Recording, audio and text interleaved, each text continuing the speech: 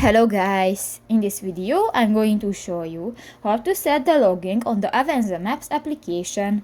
But first of all, I just want to mention, please don't forget to subscribe to our channel, because at 100,000 subscribers we are going to show you our YouTube revenue statistics and growth strategy, how to make money online. So let's jump into it.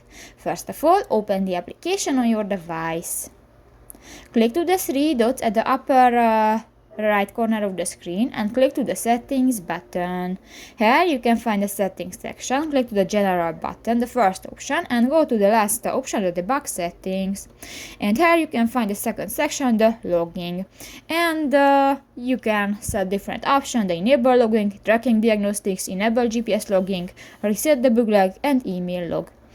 And just select one and you can set that. So that's pretty much it for this video, guys. See you in the next one. Bye bye.